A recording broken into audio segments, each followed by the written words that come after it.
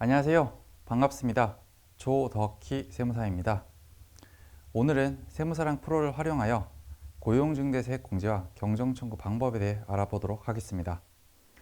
고용중개세액공제란 중소기업과 중견기업의 경우는 3년, 대기업의 경우 2년간 법에서 정한 일정한 요건을 충족하는 경우 법인세 또는 소득세에서 세액공제 혜택을 받을 수 있는 것을 말합니다. 오늘은 세무사랑 프로를 활용하여 실무에서 어떻게 활용할 수 있는지 제가 직접 설명을 드리면서 진행해 보도록 하겠습니다. 그럼 지금부터 화면을 보면서 설명드리도록 하겠습니다. 지금부터 세무사랑 프로를 활용한 고용중개 세액공제 및 경정청구 작성 방법에 대해서 알아보도록 하겠습니다. 우선 저의 경우는 세무사랑 프로에 예제 데이터를 입력을 해두었는데요. 이 데이터를 중심으로 활용 방법을 설명드리도록 하겠습니다. 우선 고용증대 세액공제 자체가 2018년도부터 나온 제도이지만 저는 2019년 데이터를 기준으로 고용증대 세액공제를 작성해 보도록 하겠습니다. 현재 이 데이터는 법인세 신고 마감까지 되어 있는 데이터이며 이 마감이 되어 있는 상태에서 경정청구서를 작성하기 위한 방법을 중심으로 설명드리도록 하겠습니다. 우선 환경 등록을 가셔서 법인 탭을 가보시면 신고 구분란이 있습니다. 신고 구분란에 정기신고라고 되어 있는 부분을 클릭을 해보시면 0. 정기신고 1. 수정 1차라는 부분이 보이실 겁니다. 1. 수정 1차를 클릭하시게 되면 상단 부분이 빨간색으로 변하면서 경정청구서 또는 수정신고서를 작성할 수 있는 준비가 되었다고 볼 수 있습니다. 이제 화면으로 돌아가 보시면 법인세 과세표준 및 세액조정계산서를 클릭을 한 후 왼쪽 상단을 보시면 초록색으로 수정 1차라고 되어 있는 부분이 보이실 겁니다. 이 수정 1차라고 되어 있는 부분이 정상적으로 보이게 되면 작성을 할 준비가 되었다고 볼 수 있습니다. 자, 그럼 작성해 보도록 하겠습니다. 고용증대 세액공제 서식을 작성하기 전에 우선 상시 근로자를 확정을 해야 되는데요. 상시 근로자의 경우는 법인 조정, 공제 감면 탭 안에서 공제 감면 세액 조특법 2 전자 부분을 가보시면 근로자 고용 현황 공제세액 계산용이라는 부분이 있습니다. 이 메뉴를 클릭을 하시게 되면 상시 근로자 부분을 불러올 수 있는 메뉴가 보이실 겁니다. 지금 현재 데이터의 경우는 사전에 불러오기를 해 놓았지만 회원님들의 사무실에서도 인사급여에 사원 등록이 되어 있다면 F12 불러오기를 하시게 되면 상시 근로자 등을 불러올 수 있게 됩니다. 이 상태에서 가운데 부분에 사원별 상시 근로자 부분을 보시면 대표자, 임원, 상시 근로자 이런 식의 구분을 하는 것이 가능하게 되어 있습니다. 상시 구분 탭에서 이 부분을 잘 체크하시어 정확한 상시 근로자를 산출을 하시게 되면 고용중개세액공제를 작성하는 데 있어서 준비가 완료되었다고 볼 수 있습니다.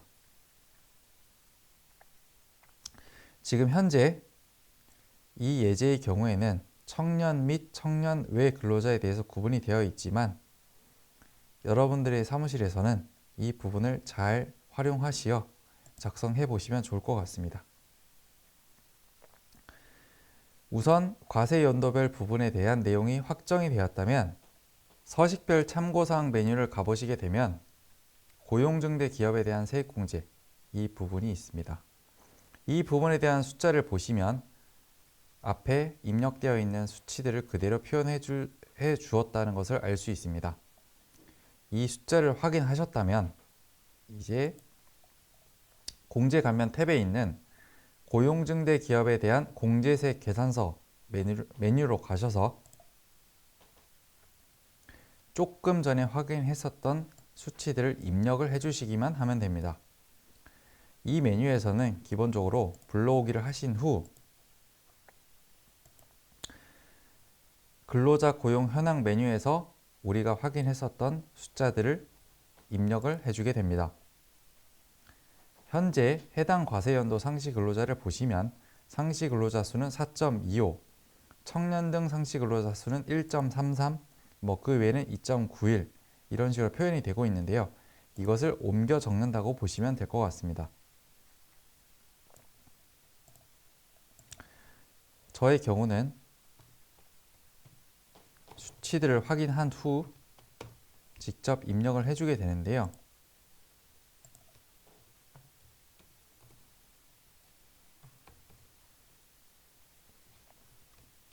이런 식으로 입력을 해주게 됩니다.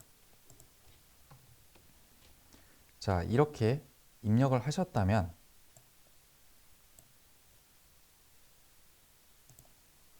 상시 근로자 증가에 대한 인원을 확인하실 수 있습니다.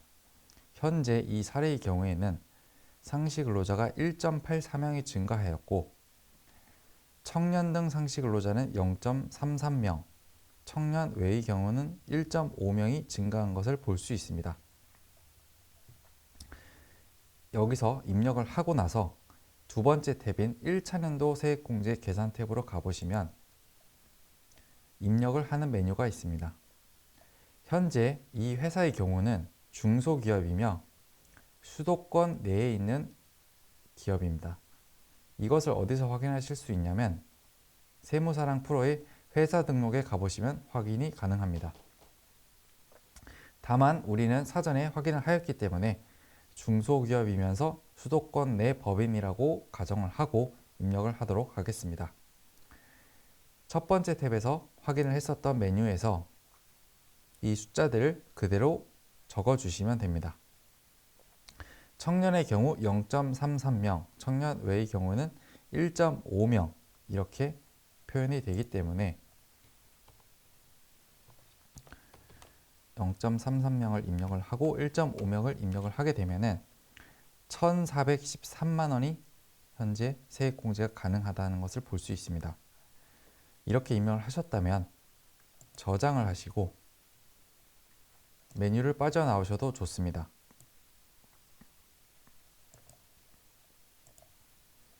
메뉴를 빠져나오시면 이제 다음 단계로 세액공제의 조정명세서라는 것을 가셔야 합니다. 세액공제 조정명세서 3 이 부분을 가보시면 불러오기를 해주시면 우리가 지금 입력했었던 1,413만 원이 그대로 불러오기가 되는 것을 알 수 있습니다.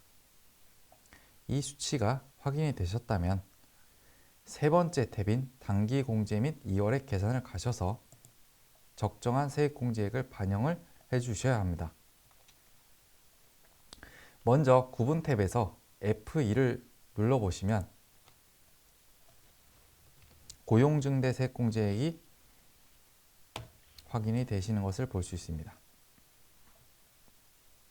이후 106번 사업연도 부분에 현재 연도를 입력을 해주시고 단기분에 대한 공제액이 있다면 이 금액을 입력을 해주시면 됩니다. 현재 이 사례의 경우에는 1,413만 원이었기 때문에 입력을 해 주시고 오른쪽으로 넘겨보시면 116번, 117번, 119번, 120번 탭이 비어있는 것을 알 수 있습니다. 여기서 우리가 해야 될 것은 최저한세 조정 명세서를 가셔서 세액공제액이 정상적으로 반영이 될 수 있는지를 확인을 해 보셔야 합니다.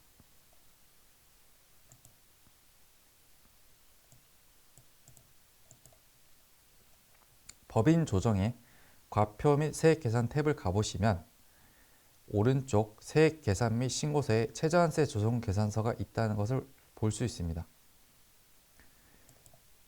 이 메뉴를 가보시면 현재 이 회사의 경우에는 차감세액이 5,100만 원인데 산출세액에 대한 최저한세가 2,800만 원이기 때문에 충분히 1,413만 원 이상의 세액공제가 가능하다는 것을 볼 수 있습니다.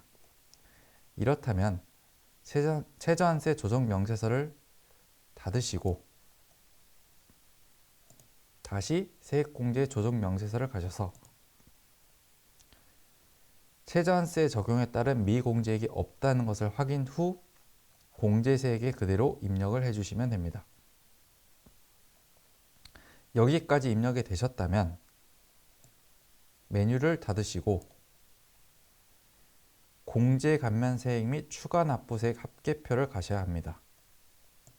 이 메뉴를 가셔서 불러오기를 마찬가지로 해주시면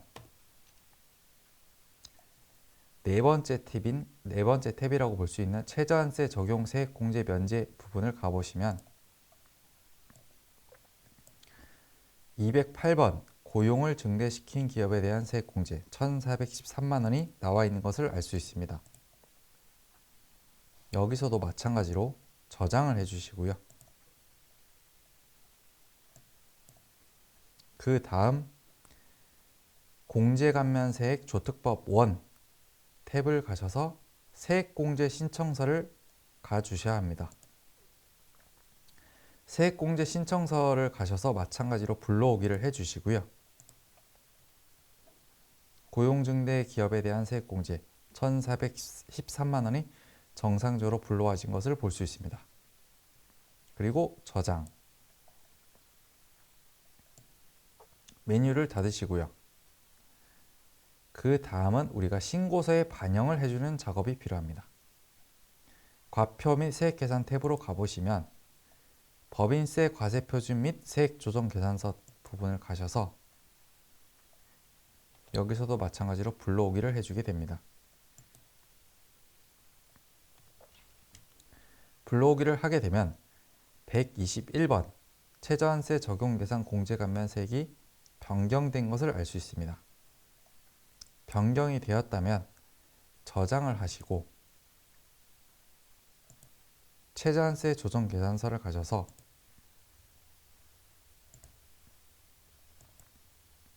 불러오기를 해주시면 마찬가지로 세액공제 부분이 불러와진 것을 볼 수 있습니다. 최저한세 부분에 대해서 배제세액이 없기 때문에 이 부분은 전액 세액공제가 가능하다라고 보실 수 있습니다. 마찬가지로 저장을 해주시고요. 그 다음 법인세 과세표준 및 세액신고서를 가시게 되면 여러 가지 메뉴들이 보이는데 이 중에서 마찬가지로 불러오기를 해주게 됩니다. 불러오기를 해주게 되면 숫자가 바뀐 것을 알 수 있습니다. 그리고 중요한 것이 17번 신고 구분을 경정청구로 바꿔주셔야 합니다. 그리고 저장 하시고 바로 마감을 하시면 안 되시고 추가적으로 한 가지 메뉴를 가서 작성을 하셔야 합니다. 세액계산 및 신고서 탭에 과세표준 및 세액의 경정청구서를 작성을 해주셔야 되는데요.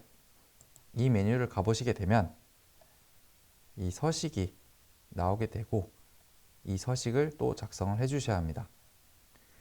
이 서식도 마찬가지로 불러오기를 하시게 되면 기본적인 숫자는 불러오기가 되는 것을 알 수 있습니다. 이때 우리가 추가적으로 작성을 해줘야 되는 것은 빈칸으로 되어 있는 법정 신고일, 경정청구 이유, 신고일, 농어촌 특별세 등을 작성을 해 주셔야 합니다. 우선 이 사례의 경우 법정 신고일은 2020년 3월 31일이며 경정청구 이유로는 고용증대세액공제라는 것을 알 수 있습니다. 그리고 신고일 메뉴를 가보시면 신고일이라는 것은 경정청구 신고서를 작성한 날을 의미합니다. 그렇기 때문에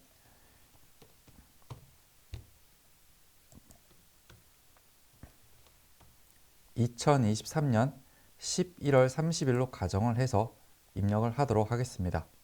그리고 확인을 하신 후 1차적으로 저장을 한번 해주시고요. 고용증대 세액공제에 대해서 주의하셔야 하는 부분이 농어촌 특별세 과세 대상이기 때문에 농어촌 특별세에 대한 서식도 작성을 반드시 하셔야 합니다. 이제 이 서식을 잠시 내려두고 공제감면 탭을 가보시면 오른쪽 하단에 농어촌 특별세 탭이 있습니다. 메뉴가 3가지가 있는데 작성 순서는 역순으로 보시면 되겠습니다. 우선 농특세 과세 대상 감면세 합계표를 들어가셔서 F12 불러오기를 해주시고 아래로 내려보시면 숫자가 반영이 된 것을 알 수 있습니다. 이때 저장을 한 번 더 눌러주시고요.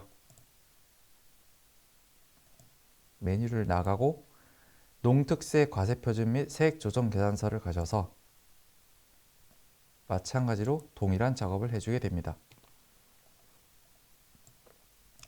저장을 하시고 마지막으로 농특세 과세표준 및 세액신고서를 반영을 해 주셔야 합니다.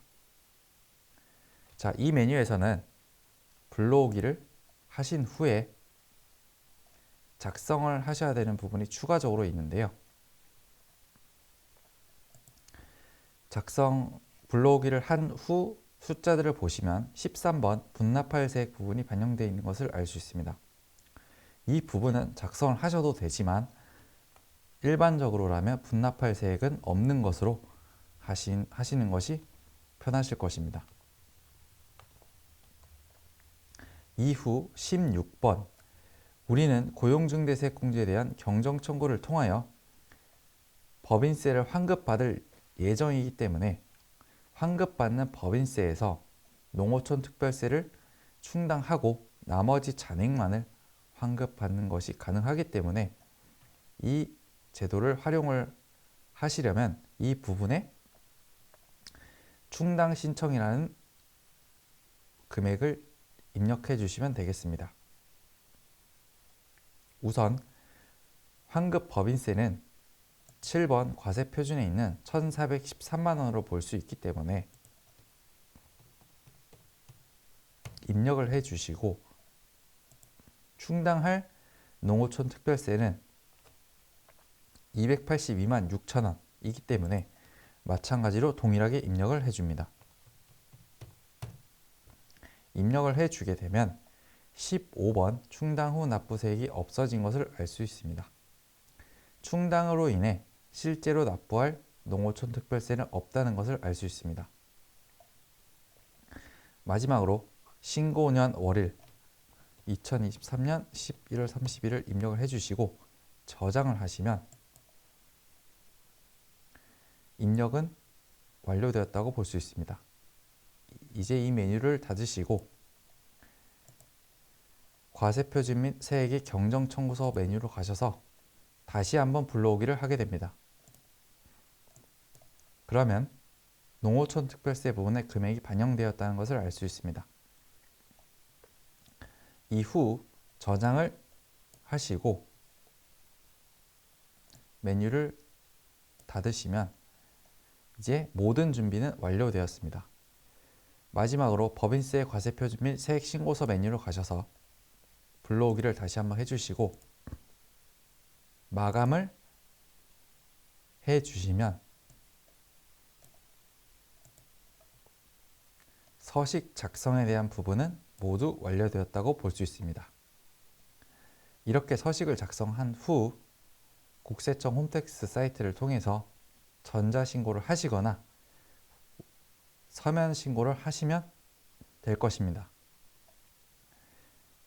이렇게 2019년도 경정청구 작성 방법에 대해서 알아보았는데요. 다음으로는 2020년 경정청구서 작성 방법에 대하여 알아보도록 하겠습니다. 자, 이제 2019년도까지 작성이 완료되었기 때문에 2020년도로 넘어가서 한번 작성해 보도록 하겠습니다. 2019년도가 작성이 완료되었기 때문에 다음 연도는 반복 작업이라고 볼 수 있습니다. 그렇기 때문에 조금 빠른 페이스로 진행을 해 보도록 하겠습니다. 우선 상단에 기수 부분을 클릭하셔서 회계 연도를 변경을 해주시고요. 2020년도로 변경이 되었다면 마찬가지로 환경 등록을 가셔서 법인 탭에 가서 5번의 신고 구분, 정기 구분을 수정 1차로 바꿔주게 됩니다. 이후 공제감면 탭을 가셔서 근로자 고용 현황을 가보시게 되면 마찬가지로 상시 근로자가 불러와지는 것을 볼 수 있습니다. 여러분들이 상시 근로자를 작성을 하실 때 주의하셔야 되는 부분, 중요한 중점 사항들이 있기 때문에 이런 부분에 대해서는 세무연수원에 여러 강의가 올라와 있기 때문에 이 부분을 참고해 주시면 될 것 같습니다. 오늘은 다소 실무적으로 가다 보니 딱딱할 수 있지만 이 부분은 유념하셔서 잘 활용하시면 될 것 같습니다. 자, 아까 반복했듯이 서식별 참고사항 탭으로 가보시게 되면 1번 고용중대 기업에 대한 세액공제 부분에 대해서 상시근로자 부분이 나와 있는 것을 알 수 있습니다. 마찬가지로 동일하게 입력을 해주게 됩니다. 고용중대세액계산서 메뉴로 가셔서 불러오기를 하시고 상시근로자 수를 입력을 하기 위해서 다시 한번 확인을 하게 됩니다.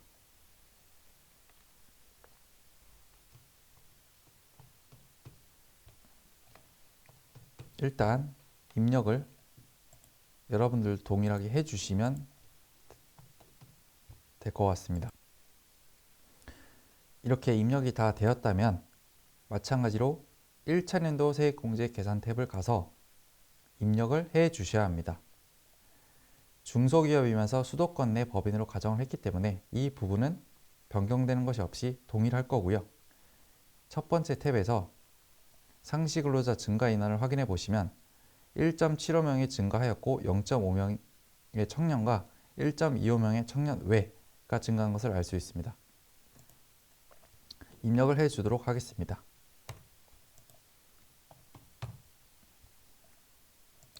한번 다시 확인을 하고 보시면 1.75명이 증가를 해서 세액공제 1,425만 원이 적용 가능한 것을 알 수 있습니다. 1차적으로 저장을 한번 해주시고요. 그리고 2차 년도 요건 및 공제 계산 탭을 가셔서 고용중대 세액공제의 경우 중소기업의 경우에는 3년간 적용이 가능하기 때문에 2차 년도 공제액을 검토해 보게 됩니다. 현재 상시근로자 증가 인원의 경우 2차 년도 상시근로자 수는 가운데 탭에서 보시는 것이 아니라 1차 첫 번째 탭에서 확인을 하게 됩니다. 현재 6명에서 4.25명과의 차이에 대한 1.75명이 증가한 것을 알 수 있습니다.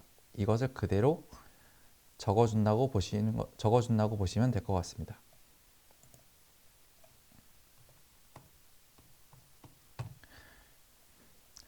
(1차 년도) 대비 상시근로자가 감소하지 않았기 때문에 감소 여부에 대해서는 부 체크해 주시고요. 청년 등도 마찬가지로 증가하였기 때문에 부 해 주시면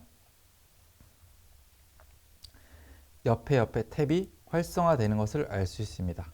이 활성화된 탭에 작년에 받았던 1차 년도에 세액공제를 받았던 금액을 입력해 주시게 되면 2차 년도에도 반복 공제가 가능하다는 것을 알 수 있습니다.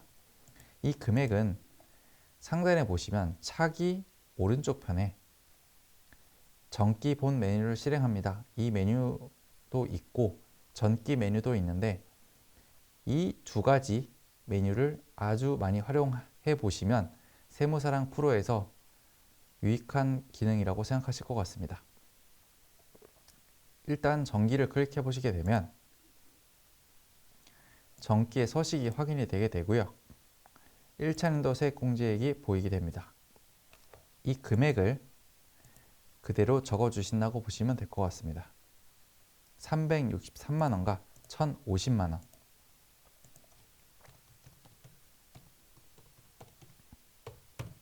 적어주시게 되면 2000년도 세액공제액은 1413만원이 반영이 되면서 가운데 탭에서 우리가 입력을 했던 1차년도 세액공제 계산과 합쳐진 2838만원이 세액공제가 가능하다는 것을 알 수 있습니다.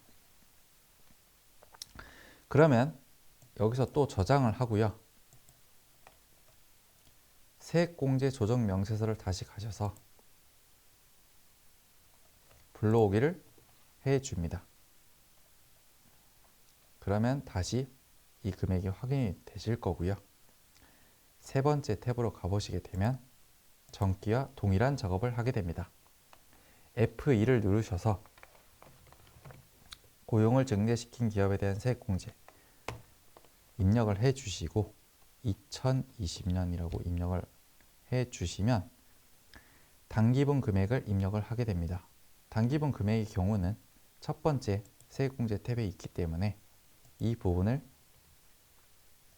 확인을 하셔서 입력을 해주시면 됩니다.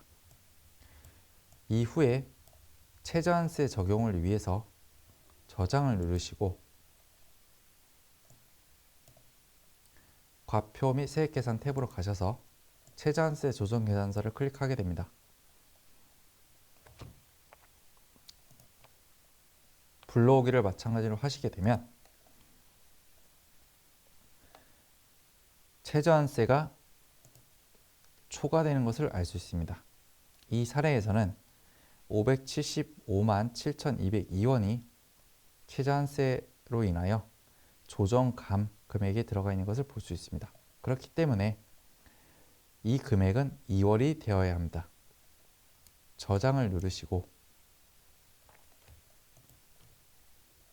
이 금액을 복사하셔도 좋습니다. 다시 세액공제 조정 명세서 메뉴로 가셔서 116번의 최저한세 적용에 따른 미공제액에 입력을 해주게 됩니다. 그러면 자연적으로 공제세액이 바뀌게 되고 나머지 금액이 2월액으로 적용되는 것을 알 수 있습니다. 이렇게 저장을 다시 하시고 공제감면 및 추가 납부세액 합계표를 가보시게 되면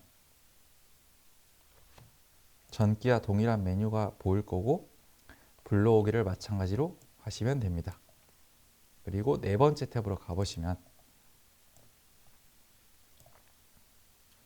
단기 발생액은 2,838만원이지만 실제 공제액은 2,200만원 정도만 공제를 한다는 것을 알 수 있습니다. 그리고 마찬가지로 저장 후 세액공제 신청서를 가시면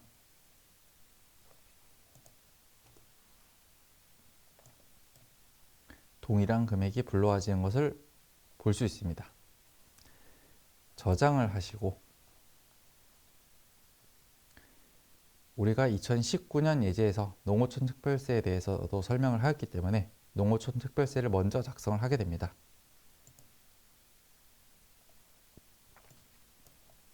농특세 과세대상 감면세 합계표를 가져서 불러오기를 해주시고 아래로 내려보시면 실제 세액공제를 반영한 금액만큼만 농특세 서식에 들어가 있는 것을 볼 수 있습니다.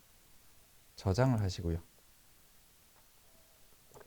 저장하시고 메뉴를 닫으신 다음 농특세 과세표준 및 세액조정 계산서를 가셔서 마찬가지로 불러오기를 해줍니다.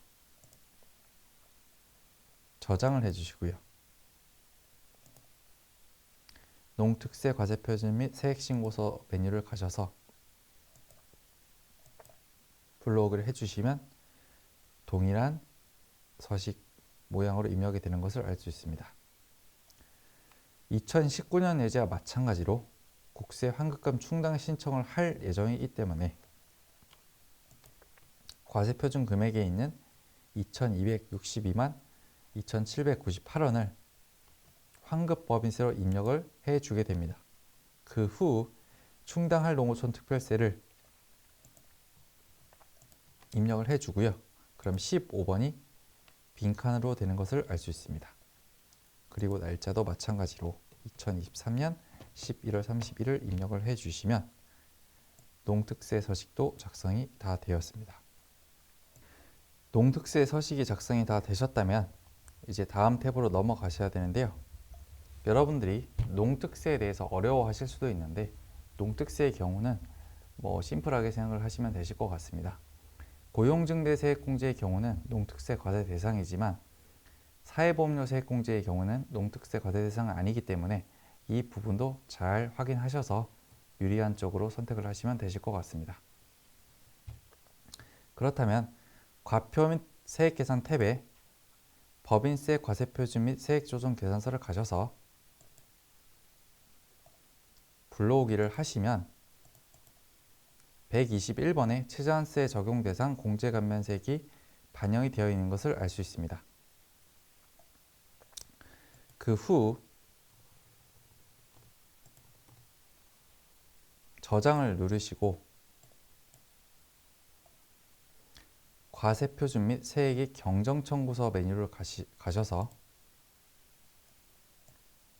마찬가지로 불러오기를 해주시면 환급받을 세액과 자진납부세액이 농어촌 특별세 이렇게 반영이 되어 있는 것을 알 수 있습니다. 19년 예제와 마찬가지로 비어있는 칸을 작성을 해주시면 됩니다.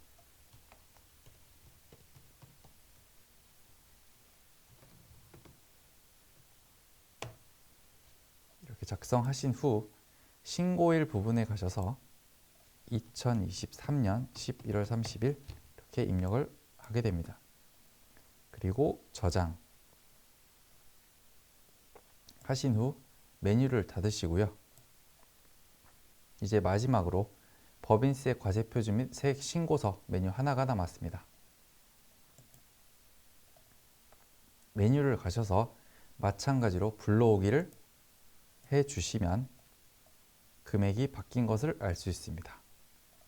그 후 17번 신고 구분에 경정 청구라고 되어 있는데요. 5번을 클릭하시고요. F3 마감이라고 되어 있는 걸 클릭하셔서 마감을 해주시면 작성이 다 되었다고 볼 수 있습니다. 자, 이렇게 2019년 예제와 2020년 예제에 대해서 고용증대세액공제를 활용한 경정청구서 작성 방법에 대하여 알아보았는데요. 이 부분에 대해서는 마지막으로 2021년 신고서 작성까지 함께 해보면서 마무리할 수 있도록 하겠습니다. 이제 2020년 작성이 완료되었다면 2021년도로 넘어가 보도록 하겠습니다. 세무사랑 프로의 회계연도 탭을 클릭하셔서 2021년으로 변경을 해주시고 환경등록 탭을 가셔서 법인 탭을 가보시게 되면 5번 신고 구분, 정기신고 수정 1차로 변경을 해 주셔야 합니다. 이렇게 하셨다면 공제감면 탭을 가셔서 근로자 고용 현황으로 가주셔야 합니다. 여러분들도 잘 아시겠지만 지금 현재 모든 작업은 반복 작업이라는 것을 알 수 있습니다. 그렇기 때문에 처음에 할 때 절차적인 것과 내용들만 정확하게 기재가 되어 있다면 반복해서 이루어지는 작업이라는 것을 알 수 있습니다. 근로자 고용 현황에 상시 근로자 수가 정확하게 불러와져 있다면 두 번째 탭으로 가셔서 고용등대 서식에 옮겨 적는 것만 하시면 됩니다. 조금 빠르게 진행해 보도록 하겠습니다.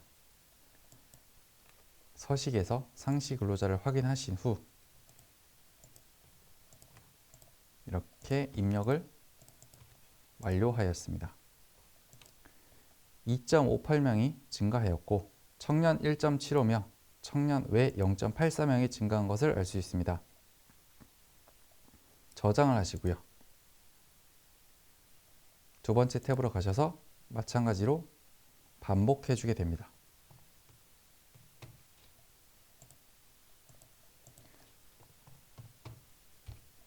그러면 2,513만 원이 세액공제가 가능하다는 것을 알 수 있습니다. 그리고 세 번째 탭을 가셔서 3차년도 세액공제와 2차년도 세액공제에 대해서 다시 검토를 하게 됩니다. 2차년도 세액공제의 경우에는 2020년도분에 대한 2차 공제를 말하고요. 3차년도의 경우는 2019년도 1차 공제분에 대한 3차 공제를 의미합니다. 그렇기 때문에 2차년도 상시근로자 수와 1차년도 상시근로자 수에 대하여 이 서식을 통해서 확인하실 수 있습니다. 첫 번째로 2차년도 부분을 보시면 첫 번째 탭에 상시근로자가 다 나와 있는 것을 알 수 있습니다. 8.58명에서 6명으로 상시근로자가 증가하였고요. 감소하지 않았기 때문에 부에 체크를 하면 두 개의 탭이 활성화되는 것을 알 수 있습니다. 이 탭에 전년도에 공제받았던 금액을 입력을 해줘야 하기 때문에 정기 메뉴로 가셔서 두 번째 탭에 금액을 확인해 주시게 됩니다. 550만 원과 875만 원이기 때문에 입력을 하시고 세 번째의 경우도 3차년도의 경우는 당해년도를 말하기 때문에 8.58명에서 1차년도 전전거세년도 2019년도를 말하기 때문에 조금 전에 전기 신고서에서 한 번 더 전기를 누르게 됩니다. 그러면 상단에 2019년이 뜨게 되고요. 이때는 4.25명이었다는 것을 알 수 있습니다.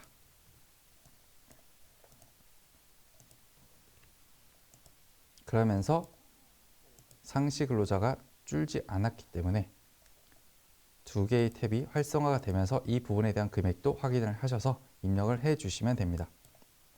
19년도의 경우는 363만 원과 1,050만 원이었기 때문에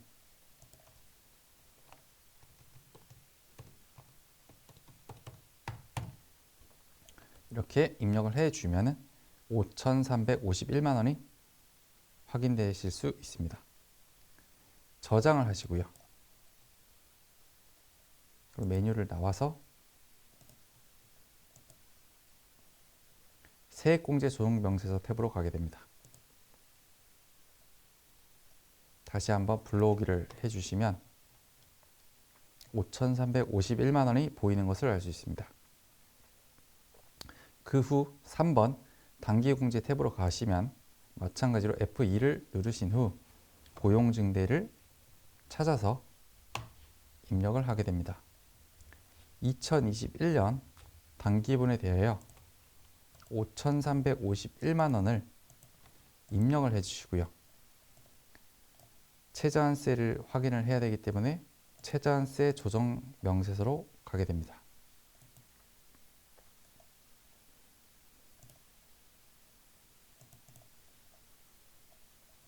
지금 현재 저장이 안 되어 있기 때문에 불러오기가 되지 않았는데요. 여러분들이 서식을 작성하시면서 서식간 이동을 할 때는 꼭 저장하기를 눌러주시는 것이 좋으실 것 같습니다. 다시 서식을 가시고요. 불러오기를 하시게 되면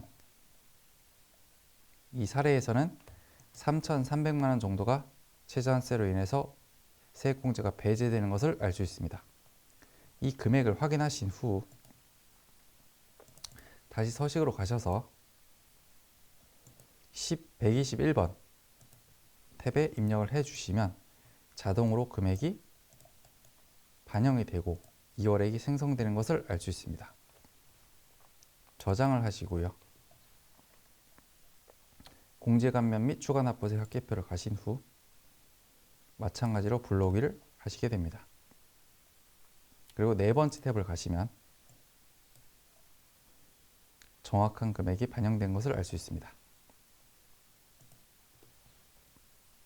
그리고 세액공제 신청서를 가셔서 마찬가지로 불러오기를 하시게 됩니다. 그리고 저장. 우리가 또 잊지 말아야 되는 것이 농특세가 있죠. 농특세를 작성을 해주게 됩니다.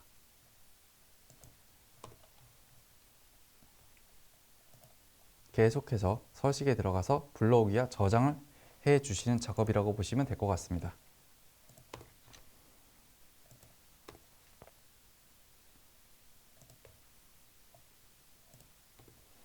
여기서도 마찬가지로 분납할 세액은 없이 환급받을 세액에 충당 신청을 할 예정이기 때문에 입력을 해주게 됩니다.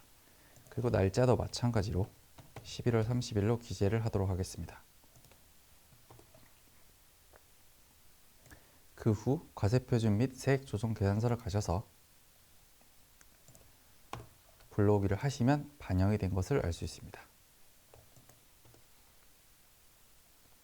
그리고 과세표준 및 세액의 경정청구서를 작성하신 후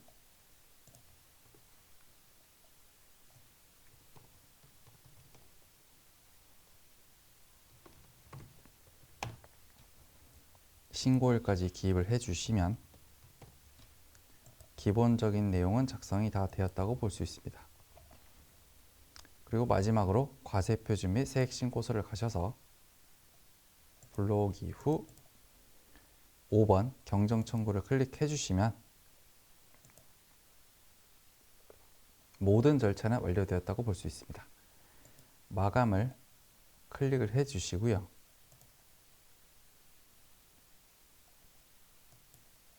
이렇게 해서 작성이 모두 완료되었습니다. 이렇게 2019년도부터 2021년도까지 3개년치에 대한 고용중개 세액공제를 활용한 경정청구서 작성 방법에 대하여 알아보았습니다. 길지 않은 시간 동안 세무사랑 프로를 활용한 고용중개 세액공제와 경정청구 방법에 대해 알아보았습니다. 다소 실무적인 방법을 다루다 보니 딱딱할 수 있지만 회원님들의 사무실에서도 잘 숙지하시어 활용해 보시기 바랍니다. 그럼 이상으로 오늘 강의를 마치도록 하겠습니다. 감사합니다.